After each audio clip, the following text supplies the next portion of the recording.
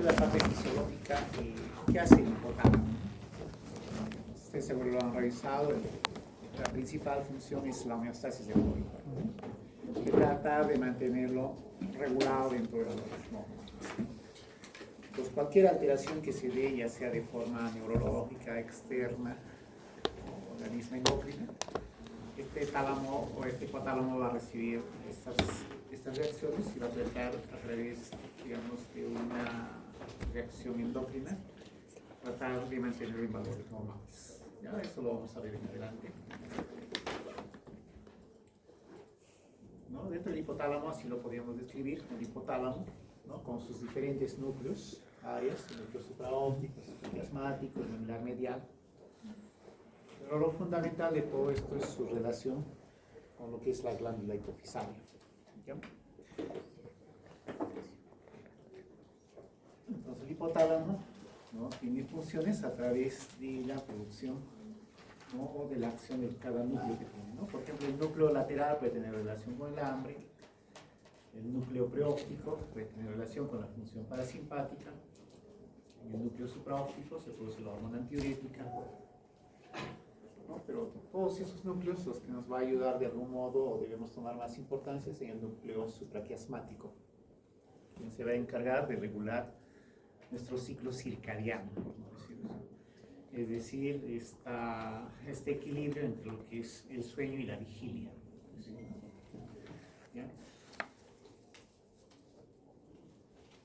Y lo otro es que el hipotálamo pues, produce hormonas, ¿no? Las hormonas hipotalámicas, que algunas de ellas pueden ser estimulantes o pueden ser hormonas bloqueantes o inhibidoras.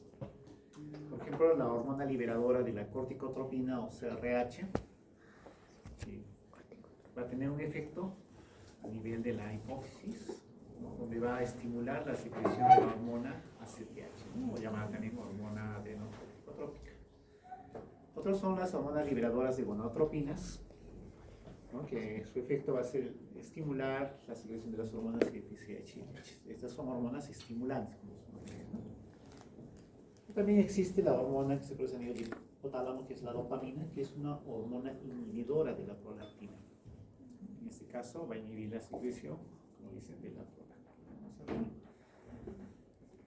Después tenemos la somatostatina, que también es otra hormona inhibidora, va a inhibir la secreción de la hormona del crecimiento. Vamos a tener la hormona liberadora de tirotropina, como su nombre dice, estimula la secreción de la hormona TSH. Tenemos la hormona liberadora de la hormona del crecimiento, que estimula la secreción de la hormona del crecimiento. Cuando uno ve así, digamos, ve un poco en abstracto, ¿no?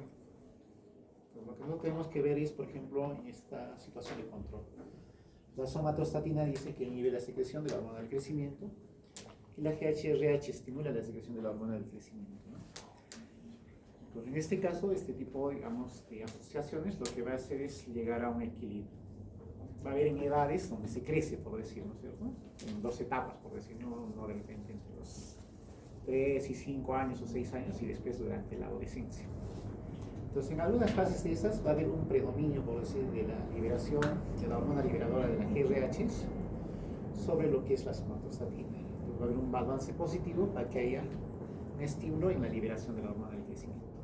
Entonces, en esa etapa lo que va a producirse es el estímulo, la producción del IFG1 y el 2, y eso va a hacer que uno pues, incremente el desarrollo conductual.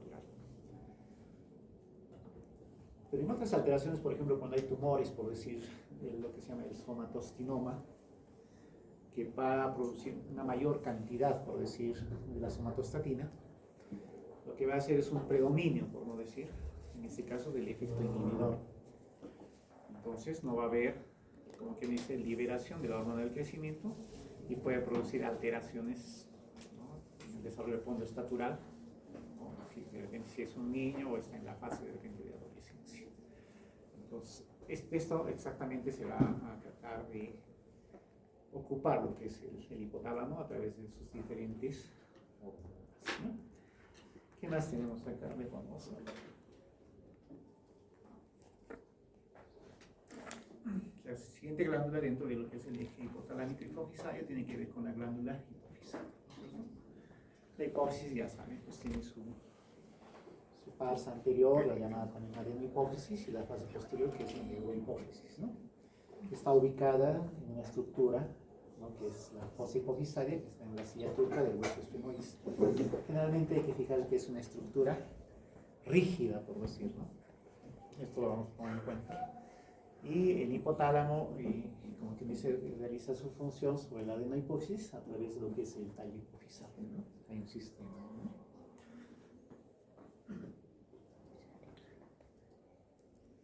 Entonces acá es importante determinar los límites que tiene la glándula hipofisaria.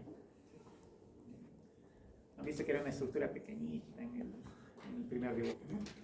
Entonces, la hipófisis en la parte superior que va a estar en relación con el tallo hipofisario, ¿no?, con el quiasma óptico, ¿no? Y en la parte lateral, con los senos cavernosos, la arteria carótida interna, y en relación con los pares craneales tercero, cuarto, quinto y sexto, y en la parte inferior va a estar en relación con la silla turca, ¿no?, con el seno esfenoidal.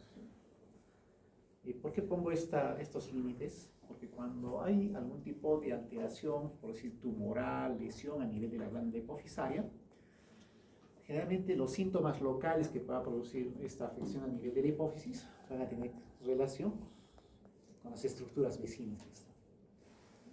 Por ejemplo, un incremento de la glándula hipofisaria, un tumor que se asienta en la glándula hipofisaria y que produce, por decir, un desplazamiento hacia la parte superior.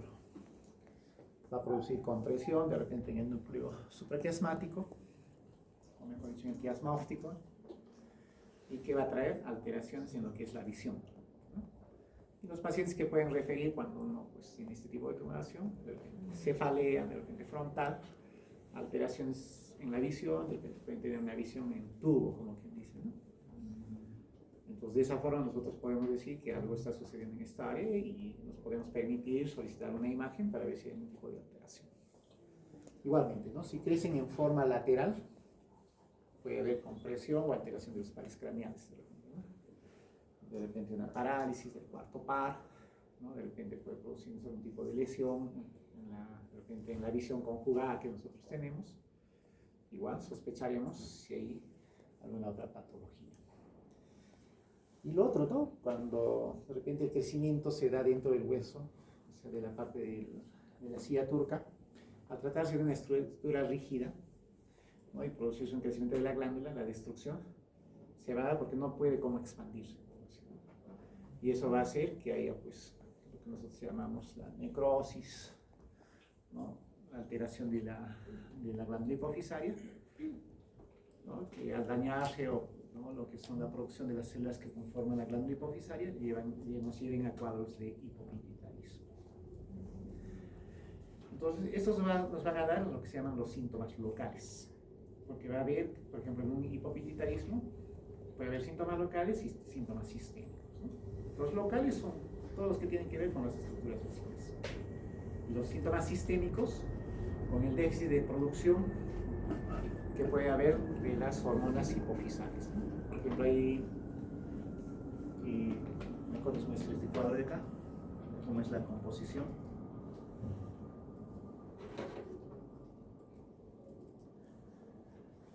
Esa es la hipófisis, como son los componentes celulares.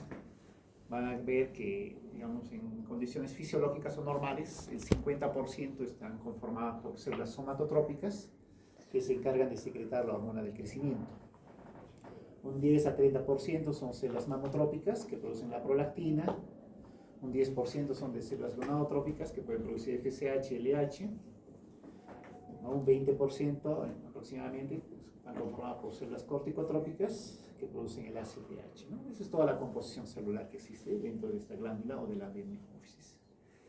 Entonces, cuando hay lesiones a nivel de la glándula hipofisaria, esos grupos hormonales se pueden ver afectados. Al verse afectados van a producir los síntomas de tipo sistémico en todo caso, ¿no?, el compromiso. Si por decir hubiera una alteración de las células somatotrópicas, probablemente, dependiendo de la edad que tengan nuestros pacientes, probablemente van a tener alteraciones con lo que es el crecimiento, ¿no?, el desarrollo fondoestructural. Entonces, este es el grupo de hormonas hipofisarias que se tiene tanto en la adenohipófisis como en la neurohipófisis. La adenohipófisis produce sus propias hormonas, como que dice, hipofisarias, ¿no? Tenemos la hormona estimulante de la tiroides, la hormona adenocorticotrópica, la prolactina, la hormona folículo-estimulante, la hormona luteinizante y la hormona del crecimiento. Y a nivel de la neurohipófisis están como un almacén, porque no se producen dentro de la neurohipófisis, sino que este es un sistema de reserva, lo que es la vasopresina y la oxitocina.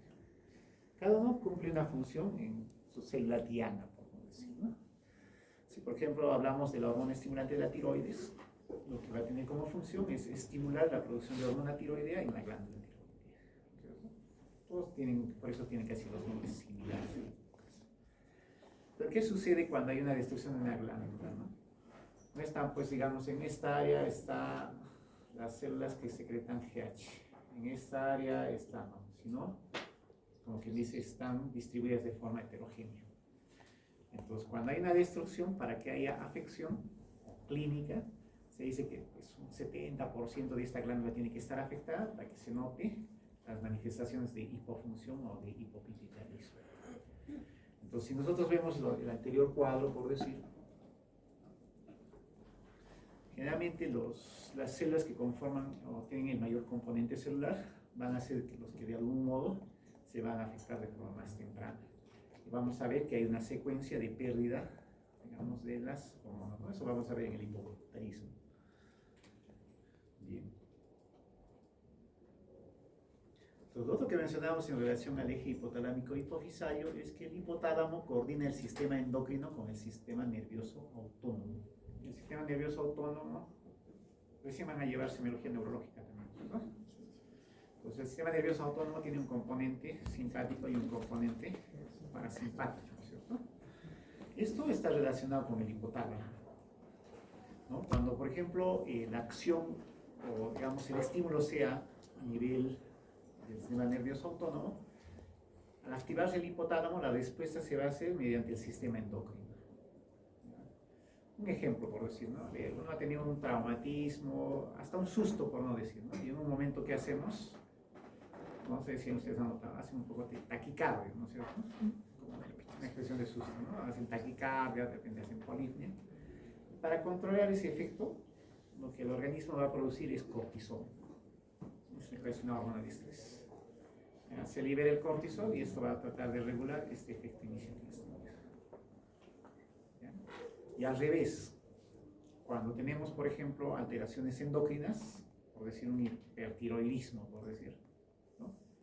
Y está habiendo, por decir, taquicardia, está habiendo hipertensión, a través del sistema nervioso autónomo en la parte parasimpática, esta va a tratar de controlar. Por eso se dice que el hipotálamo va a tratar de llevar a la homeostasis. Coordina el sistema nervioso autónomo con el sistema nervioso o con el sistema endocrino. ¿Okay? Entonces el hipotálamo sabemos que libera la vasopresina, la oxitocina, ¿no? Por su acción a través de las hormonas hipotalámicas sobre la hipófisis se libera la hormona del crecimiento, la prolactina, ¿no? A través de las hormonas tróficas hipofisarias, ¿no? Vamos a liberar las hormonas tiroideas, corticoides, andrógenos y estrógenos, ¿no?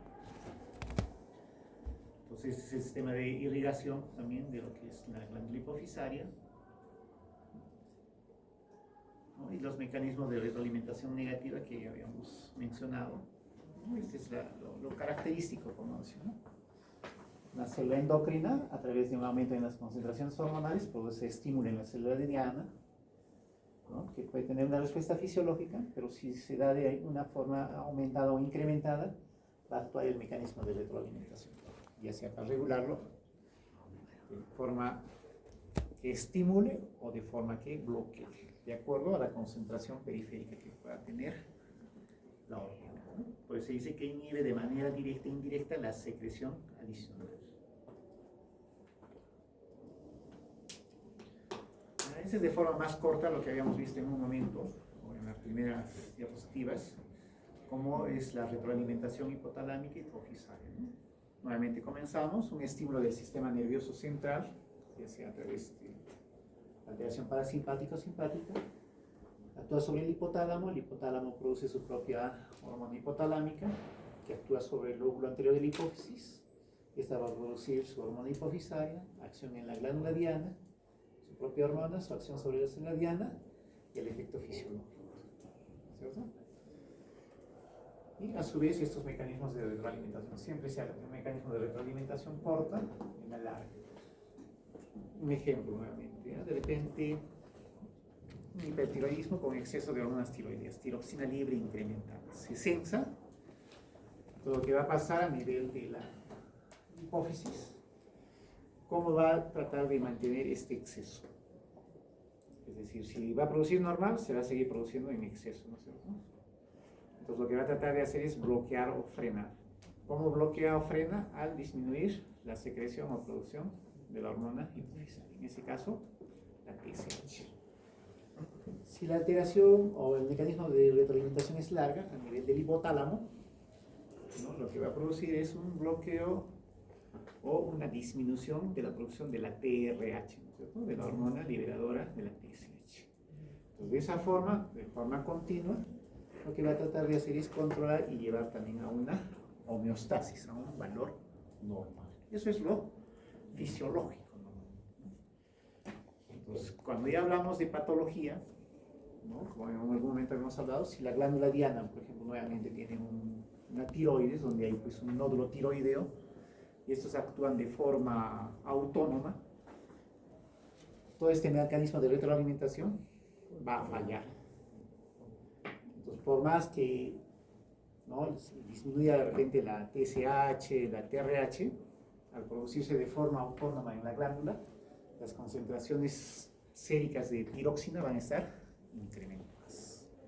Entonces ahí es donde estamos nosotros viendo la patología o la alteración en este cuadro, ¿no? Entonces estamos hablando de lo fisiológico y de lo patológico. Bueno, para recordar, la hipófisis tiene dos regiones. En la parte de la hipófisis anterior está conectada por el sistema porta. En el caso de la hipófisis posterior son pues, neuronas con axones largos, ¿no?, que producen el depósito a nivel de la neurohipófisis. Algo importante, lo que queremos ver es el núcleo supraquiasmático, ¿no?, que tiene relación con el ritmo circadiano, ¿no?, donde nosotros podemos ver los procesos de oscuridad-luz, oscuridad-luz. ¿Qué es lo que pasa con nosotros, no es cierto? Normalmente cuando estamos despiertos, no hay activación de lo que es el núcleo supraquiasmático, y esto se hace a través del quiasmático, ¿no? Entonces también tenemos que ver que cuando hay alteraciones del ritmo circadiano, también va a haber alteración con lo que es la producción o la secreción de las hormonas. Hay mucha gente que trabaja turnos de noche, ¿cierto?, ¿no? Y pues, lo fisiológico sería que en los horarios de la noche no descanse, duerme, ¿no es cierto? Pero es por diferente motivo, tiene que estar en vigilia, ¿ya? Entonces, toda esa alteración lo que va a producir es un estímulo a nivel de lo que es el núcleo supraquiasmático, y va a haber liberación pues, de hormonas o activación de ejes. De los fundamentales, de repente el eje del ACTH. Y eso que va a producir como efecto final la liberación del cortisol. Por eso del cortisol se habla que es una hormona de estrés. Entonces, cuando eso es muy consecutivo, por decir, no sé, en el mes, por decir 5, 7 o 10 veces, el hecho que haya un cortisol en exceso, al principio puede regularse de forma fisiológica, pero si se va haciendo de forma permanente, va a haber una liberación o una producción de cortisol, digamos, niveles de cortisol elevados de forma crónica. Y eso hace que los pacientes puedan desarrollar hipertensión, puedan desarrollar hiperglicemia o puedan hacer, ¿ya? Entonces, una de las relaciones. ¿Qué más se sabe ahí? Durante el sueño se libera esta hormona, ¿no?, lo que es la melatonina, ¿no?, que nos ayuda de algún modo a descansar mejor, ¿no?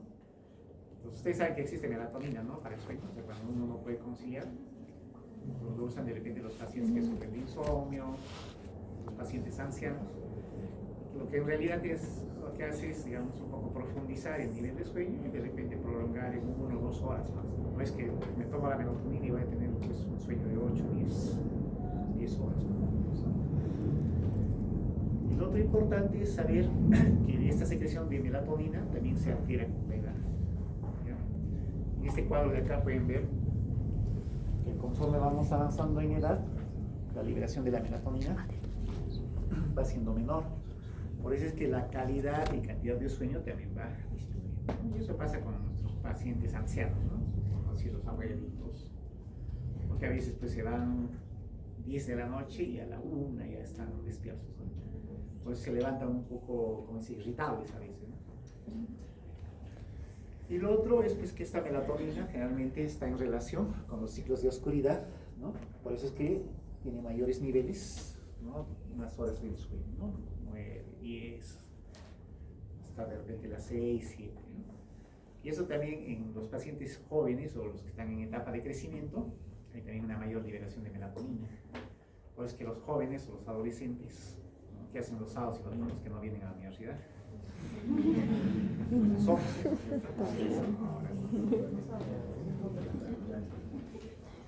Y eso también, digamos, de algún modo, o sea, hace que también la calidad del sueño también produzca liberación de la GH.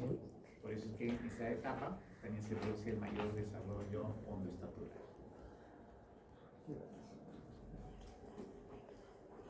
Entonces, ya hablando del hipopituitarismo, que es una de las patologías que afectan a la glándula hipofisaria, ¿no? Se van a deber a diferentes alteraciones.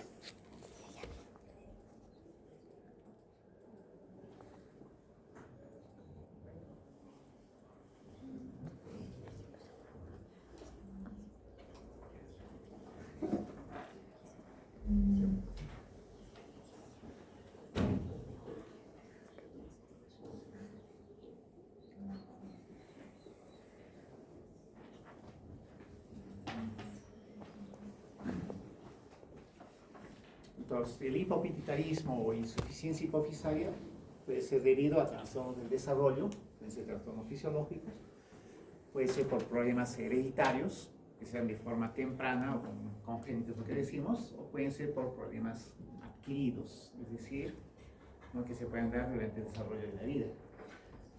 Acá tenemos los diferentes ejes, ¿no? Que tienen que ver con el sistema hipotalámico hipofisario.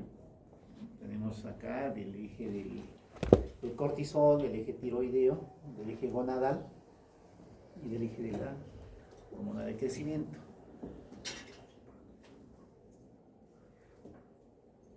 Entonces, cuando hacemos una definición decimos que es un síndrome de insuficiencia endocrina que puede cursar con la hiposecreción parcial, ¿no? O total de una o varias hormonas hipofisales. Como hemos visto, ¿no? La glándula hipofisaria es un cúmulo, ¿no? Es una mezcla heterogénea de células. Cuando hay algún tipo de daño, se pueden afectar una o varios grupos celulares. La deficiencia puede ser total o parcial. En algunos casos hay deficiencia total cuando hay una destrucción total de la glándula hipofisaria, ¿no? Como va a ocurrir en los pacientes que hacen, pues, en este caso el síndrome de Sheehan en pacientes mujeres, ¿no? Cuando hay una destrucción neta por tumores, ¿no?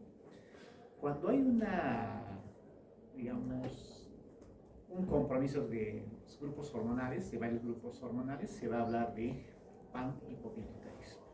Pan viene como que dice todo, ¿no es cierto? Todos los grupos hormonales. Nuevamente, como dice, puede ser congénito o puede ser resultado de una anomalía adquirida. Y estos son los mecanismos por los cuales puede haber un hipopituitarismo. Para tomar en cuenta. Una lesión hipotalámica, y tenemos, ¿no? Obviamente el hipotálamo, el tallo hipofisario, por la raíz del sistema porta, y lo que es el hipófisis. Por algún caso hay una destrucción de lo que es el hipotálamo, ya sea por tumor, lesión, trauma, pues no se van a producir las hormonas hipotalámicas. Si no se producen hormonas hipotalámicas, no va a haber estímulo sobre la hipófisis y no va a haber producción de hormonas hipofisales, ¿no? Es como si se hubiera cortado ahí el ciclo, ¿no? Por lo tanto, no va a haber producción de hormonas tipo tiroxina o cortisol como hormonas fitness. El segundo mecanismo es que hay alteraciones del tallo o una lesión en el tallo hipofisario. Es decir, el hipotálamo produce sus hormonas hipotalámicas, pero al haber una destrucción en lo que es el tallo hipofisario, estos no pasan o no llegan hacia lo que es la arteria hipófisis. Y el tercer caso es la lesión hipofisaria, Es decir, el hipotálamo está indemne, sano, no hay alteración en el tallo hipofisario, pero hay algún tipo de lesión hipofisaria. Entonces, cualquiera de estos mecanismos va a producir hipopituitarismo. Si vemos a la etiología, digamos hablar que pueden ser hereditarios, que gran parte de ellos son incompatibles con la vida, vamos a decir. Puede haber alteraciones o mutaciones en los receptores, alteraciones estructurales como una aplasia hipofisaria, o defectos de factores de transcripción, ¿no? O mutaciones hormonales de cada grupo hormonal, por ejemplo en la GH, en la FSH.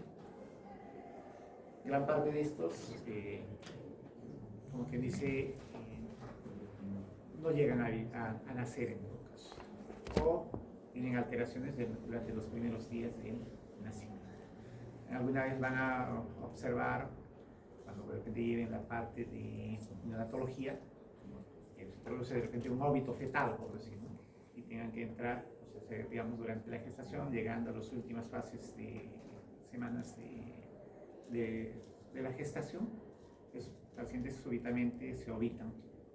Cuando uno les hace la necropsia, de repente tienen poco desarrollo de la masa cerebral o había ausencia, por decir, de la glándula hipofisaria. Y si a eso hacen este tipo, digamos, de dosaje de estos factores de transcripción, probablemente tenían alteraciones, ¿no? O sea, son prácticamente casi incompatibles con la vida. Lo que nosotros vamos a estudiar más son los del hipopituitarismo adquirido. O sea, saber por qué han llegado a un hipopituitarismo, ¿no? Tenemos causas desde las traumáticas, que son las resecciones quirúrgicas en todo caso, por decir, cuando hay un glioblastoma, lesiones por radiación, de repente tenía un linfoma a nivel cervical, usan radioterapia, que eso puede afectar a nivel también del cráneo. Traumatismos craneales, ¿no? No sé si en algún momento han visto, ¿no?, lo que llaman el traumatismo encefalocraneal, ¿no? Un accidente con contusión, con edema de masa cerebral, pacientes que de algún modo hacen lesión hipotalámica, ¿no? Los otros son patologías infiltrantes o inflamatorias, así se llaman, ¿no? Donde de repente la hipófisis puede tener pues una inflamación primaria por células de tipo linfocítica, por granulomas, o patologías, en este caso, de tipo autoinmune, o patologías vasculares, como son las infecciones, la granulomatosis de Wegener, la hemocromatosis, que es de algún modo un exceso en lo que es el hierro, ¿no? Que así como pueden, digamos, acumularse en el hígado, en el páncreas, también se puede acumular en lo que es la glándula hipofisaria y de esa forma producir necrosis o destrucción.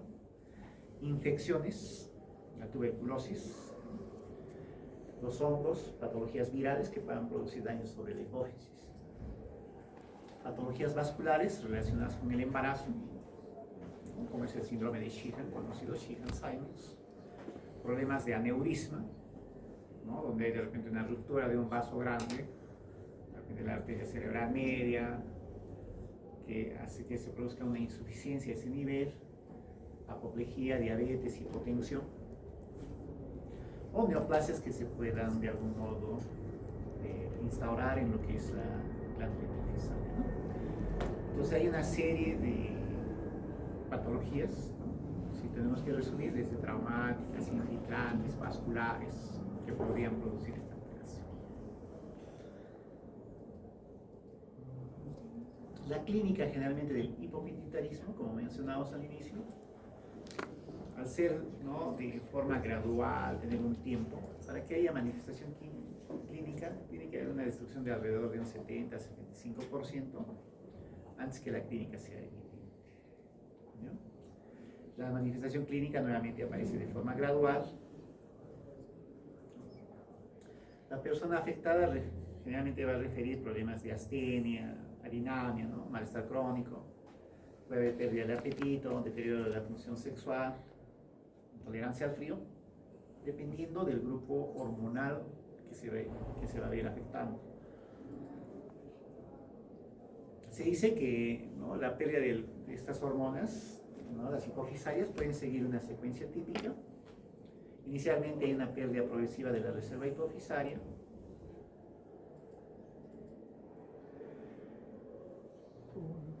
Ese es un acrónimo como nosotros podemos de algún modo determinar o ver qué grupos, ¿no?, de células hipofisarias se van a ver afectados. Este es el grupo de NOMA o busqueladenoma, donde se dice que en este caso la hormona del crecimiento es la primera en afectarse. ¿Se acuerdan que más o menos tenía como componente celular un 50%? Entonces de esa forma se van a ver más expuestas, ¿no? Enseguida vamos a tener lo que es la pérdida de la producción de la ALH, hormona luteinizante. Después la hormona folículo-estimulante. Finalmente la TSH y la ACTH. Nos parece como una, ¿cómo diríamos?, algo sabio, algo importante que tiene de defensa este sistema, ¿no? Porque los dos últimos, o sea, un déficit de producción de TSH o del ACTH, pueden conllevar a una mayor morbimortalidad. Por ejemplo, si se ve afectada la ACTH y no hay liberación de cortisol, los pacientes podrían hacer hipotensión shock y fallecer por una insuficiencia adrenal. Se imaginan que esta se afectara al inicio, ¿no? No nos daría tiempo para reconocer los síntomas y tendríamos pues gran mortalidad, ¿no? Entonces, las primeras alteraciones generalmente se van a dar en hormonas que en relación a la morbimortalidad no tienen, digamos, mayor gravedad, ¿no? ¿Qué pasa? Por si se afecta la GH, de repente el paciente, si era de repente, pues por decir un niño, de repente no alcanzará una talla, digamos, aquí va a llegar de repente, ¿no? Si se produce en un adulto o mayor o en un paciente de 20 o 30 años, probablemente lo que va a tener es de repente obesidad, disminución de la masa muscular, pero eso no va a comprometer su vida. Si la afección es de la LH o FSH, probablemente ese paciente, pues si es mujer, por decir, pueda concluir en una amenorrea, ¿no? Y puede tener infertilidad, pero eso no va a comprometer, digamos, su vida, ¿no? Puede comprometer sí la calidad de vida, pero no su vida, ¿no? Pero si ya se afecta la TSH y tiene que ver con problemas de hipotiroidismo, probablemente ellos podrían hacer pues un coma mixedematoso, pero eso también en el tiempo, ¿no? No es nada agudo, ¿no? Nos dan, digamos, una evolución gradual. Pero sí la ACTH, que tiene que ver con el control de las glicemias y con el control de la presión arterial. Cuando uno tiene un déficit de ACTH, ¿no?, y tiene un déficit de cortisol, los pacientes fácilmente pueden hacer hipoglicemia, fallecer por hipoglicemia, ¿no? Pueden tener un nivel de cortisol bajo o hipocortisolemia, eso va a ser hipotensión shock. Son de esos pacientes que, si digamos, nosotros los localizamos, inmediatamente tendríamos que reponer lo que es el cortisol, ya sea mediante lo que es en este caso lo que es la dexametasona, la hidrocortisona, que son hormonas, porque son, mejor dicho, glucocorticoides que tienen esa función de revertir, ¿ya?, de estabilizar, ¿ya? ¿Qué más tenemos? La clínica va a depender de qué grupo hormonal se esté haciendo. Si hay un déficit de GH, hay un déficit de FSH, déficit de LH, va a depender si se da en la niñez o si se da en la adultez.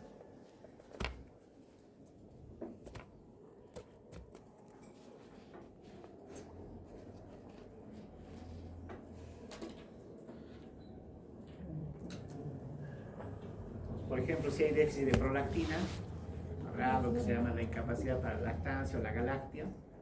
Si hay un déficit de ADH, se producirá lo que es la diabetes insípida, ¿no?, donde hay una pérdida de la hormona antidiurética y el paciente de repente puede tener pues poliuria, hipotensión, hipernatremia, por eso, ¿no? Entonces, las características del hipopituitarismo van a ser eso, ¿no? De repente un hipotiroidismo secundario, un hipogonadismo secundario, o puedan tener un déficit de GH o el enanismo. Y los cuadros de hiperfunción hipofisaria son raros realmente, ¿no? Un tumor que se asiente en una glándula hipofisaria y produzca varios grupos hormonales o varias hormonas hipofisarias a la vez. Generalmente van a ser más específicas, por decir, ¿no? Por ejemplo, el exceso de GH puede ser un tumor benigno que se asienta en la hipófisis, puede producir acromegalia o gigantismo, puede producir alteraciones cardiovasculares como por incremento de la GH, va a haber exceso de gonadotrofinas, ¿no? Producir alteraciones menstruales en las mujeres o disfunción eréctil en los varones. El exceso de TSH puede producir hipertiroidismo de tipo secundario. El exceso de ACTH, una enfermedad de Cushing, o llamado también un síndrome de Cushing secundario. El exceso de prolactina, lo que llamamos, pues, puede producir lo que es la hiperprolactinemia. En la mujer hay una triada clásica para determinar hiperprolactinemia, que es la amenorrea, galactorrea y esterilidad, cuando las encontramos. En el hombre, disminución de la libido o raras veces la galactorrea. Entonces, ¿qué encontramos en hiperfunción hipofisaria? Depende, pues, el gigantismo, la acromegalia, ¿no? El hipertiroidismo secundario, o lo que es la enfermedad de Cushing, ¿no? Pues también vamos a verlo después, vamos a distinguir cómo es una enfermedad de Cushing o cómo es un síndrome de Cushing, ¿no? Que a veces lleva, digamos, a confusión, ¿no? Son términos en todo caso. Ahora, ¿cómo evaluamos nosotros? Habíamos hablado que todo lo que estamos viendo nos va a dar una sospecha sindrómica, una aproximación diagnóstica. Para nosotros llegar a un diagnóstico definitivo, sí o sí tenemos que hacer la determinación hormonal. Tenemos que dosar las concentraciones hormonales, ¿no? Si, por ejemplo, queremos evaluar el eje del ACTH o el eje del cortisol, tenemos pruebas como la tolerancia a la insulina, las pruebas de estimulación con ACTH. Si queremos ver la parte de lo que es el eje tiroideo, podemos solicitar las hormonas tiroideas, ¿no? TSH, T4 libre, T3 libre, o hacer pruebas de estimulación con TRH. Si queremos evaluar el eje de la prolactina, podemos solicitar la prolactina sérica, ¿no? Entonces, cuando nosotros hacemos el dosaje de todos estos grupos hormonales que contiene la adenohipófisis, vamos a llegar a determinar qué grupos hormonales están afectados. Y de acuerdo a la afección que tengamos de los grupos hormonales, nosotros podemos hacer reposición, ¿no? Un ejemplo, por decir, si se ha comprometido el eje tiroideo, con dar la levotiroxina, vamos a llegar a mantener un valor normal o compensar. También nos tenemos que basar en esta parte del hipopituitarismo, en lo que son el estudio por imágenes. Bueno, en esta oportunidad cada vez pues, son más específicos. Antes solamente podíamos solicitar, depende de la radiografía simple, ¿no? Que uno dice, busque ahí la hipófisis, de repente uno revisa y acá, digamos, tiene una buena lista que ha podido determinar, ¿no? Acá está la silla turca. De repente uno de esa forma puede decir si encuentra o no encuentra la glándula hipofisaria, ¿no? Pero felizmente ahora pues tenemos estudios de resonancia magnética que nos ayuda a ver de forma más clara las estructuras incluso circundantes de la adenohipófisis.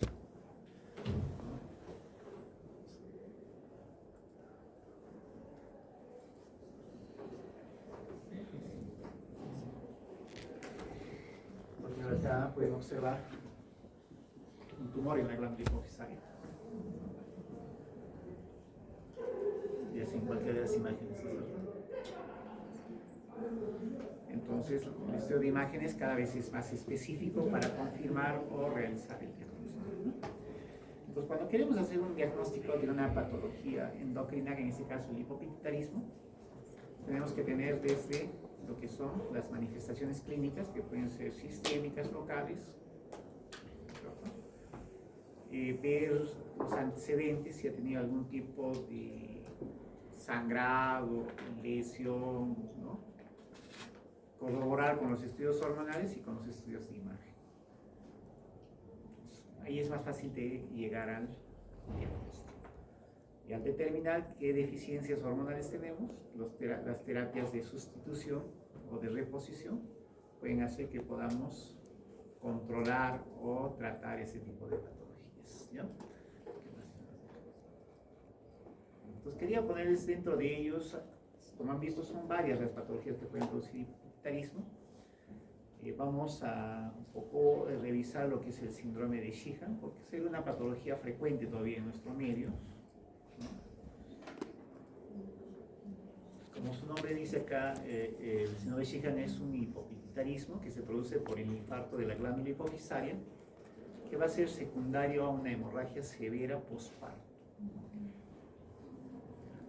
Ustedes saben, ¿no?, que las causas de muerte materna son por sangrado, ¿no es cierto? Cuando se dan pues, en áreas alejadas, porque puede haber atonía uterina y hacen pues, cuadros de shock, hipovolemia, todo eso, ¿no? Pero en los pacientes que sobreviven a esta hemorragia severa, que por algún motivo pues, han sido reguladas o estabilizadas, corren el riesgo de hacer un síndrome de Sjögren. Es como una manifestación, por decir, como una comorbilidad, ¿no? Porque los pacientes podrían hacer como manifestaciones más, no sé, conocidas, de repente el cuadro de hipotensión, insuficiencia renal, todo eso, ¿no? Así como se afecta el corazón, el cerebro, también se puede afectar esta parte glandular. Acá lo estamos viendo, ¿no? Acá en la glándula pituitaria. Entonces hay que recordar que durante el embarazo la mujer sufre algunos cambios fisiológicos o adaptativos, así se denomina. Uno de ellos es que existe un aumento del tamaño de la adenohipófisis, ¿no? Se dice que hay un incremento de un peso en aproximadamente 33%, y hay un aumento de las células lactótropas que inicialmente eran de 15 o 20% hasta un 50-60%. ¿Por qué? Porque eso es una preparación de repente para la lactancia, ¿no?, que va a tener la madre. Entonces eso hace que, como vemos en esta figura, es una glándula hipofisaria normal, donde de repente uno puede observar que hay espacio todavía, ¿no?, entre lo que es la glándula hipofisaria y la silla túbica.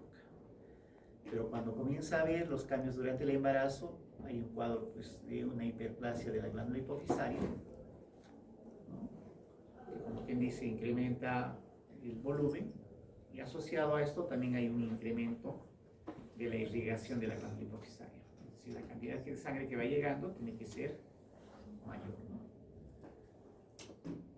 Entonces acá tenemos, ¿no?, los cambios durante el embarazo. Entonces cualquier alteración que haya, ¿no?, por hipovolemia va a llevar a lo que se llama la isquemia, ¿no? La isquemia va a hacer pues, que posterior a una hemorragia severa postparto puede haber una destrucción sobre todo de la glándula o de la adenohipófisis, ¿no? Y esto dependiendo de qué grupo hormonal se vaya a ver afectado, puede tener, como ya habíamos dicho inicialmente, una deficiencia de GH que tiene que ver con lo que es la homeostasis del sistema muscular óseo. Puede haber deficiencia de la prolactina. ¿Cómo se va a notar clínicamente esto? De repente pues la madre quiere lactar a su hijo, de repente el segundo o tercer día, y como dicen, ¿no?, se le hace caer la leche, la galáctea, ¿no?, que tiene una incapacidad para poder lactar. Eso podría ser una manifestación clínica de esta paciente que ha tenido una hemorragia severa postparto. Lo otro, que puede haber deficiencia de FSH y LH. Son pacientes que de repente, después de haber gestado, haber tenido este problema, tienen una amenorrea, y de repente lo fisiológico sería que entre el cuarto y sexto mes se restablezca la menstruación. Pero probablemente en este tipo de pacientes no se restablece la menstruación. Entonces comienza a entrar una amenorrea de tipo secundaria. ¿Ok? O posteriormente tengan pues ya una alteración de TSH o ACTH. Entonces es un cuadro de evolución de algún modo gradual, ¿ya? Entonces, ¿dónde vamos a ver como factores de riesgo para este cuadro? Partos con atención inadecuada. ¿Dónde vemos esto más? En las zonas rurales, ¿no?, o alejadas. Hay muchas poblaciones que el parto no lo hacen, digamos, de forma institucional, por decir, en un centro de salud, en una clínica o en un hospital, ¿no? Gran parte en las áreas rurales los partos son domiciliarios, ¿no? ¿Quién lo atiende? Probablemente pues la partera, el familiar.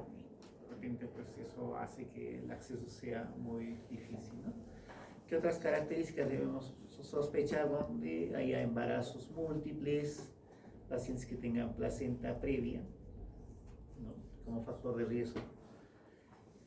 Ahora, la sintomatología que tienen estos pacientes, y hablando de hipopituitarismo en el contexto también del síndrome de Sjögren, son que los síntomas son bastante claros, ¿ya?, pero no se establecen en un determinado momento como en un corte, sino que se van haciendo de forma gradual.